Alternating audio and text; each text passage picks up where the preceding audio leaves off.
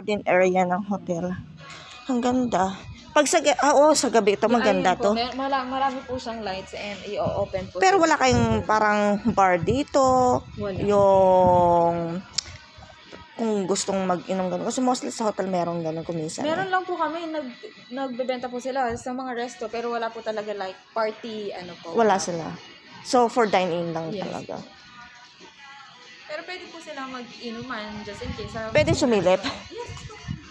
Wait lang Ang ganda talaga. Yung ambience nila, ang ganda.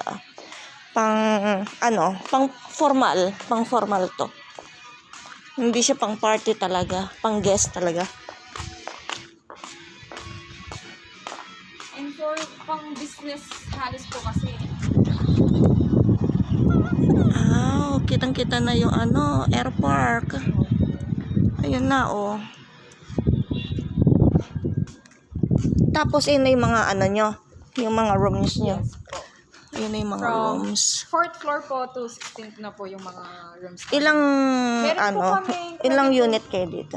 286 po Wow. rooms. Tapos, 286 rooms? yes po. 22 rooms po each floor. 22 rooms each floor? Uh, Oh my God. Nakakatakot pag lumindol.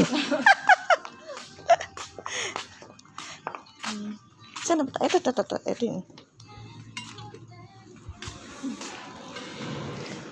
Ano tong restaurant na to? Restaurant din ba to? Hindi po. Function hall po natin. May function hall kayo dito. So, pwede rin Business. for halimbawa meeting, gano'n? Yes. Oh, that's good para alam ng boss ko rin. Pang ilang katao to? Meron po tayo 120 na. Hanggang 120 lang. May stage siya. Mas bigger po dito. 100, Ito po yung for 120 lang. Itong small. 70 packs lang po ata. Ay, hindi 120. So, 70 packs to. Okay. So, tapos, meron kayong 120. Opo, ganyan setup po. Dito ano to? No toilet. Then, ano to? Elevators. Sa elevator na yan. Okay. Anong Muslim guest nyo rito? Korean talaga lahat. Halos mix po, pero most of them are Koreans. Clients siya. Kaya pala yung boss ko, dito din nila. Clients. Oo. And yun lang po yung halos facilities namin. And from 4th floor po to 16th floor, rooms na po. Rooms na yon. Okay, thank you.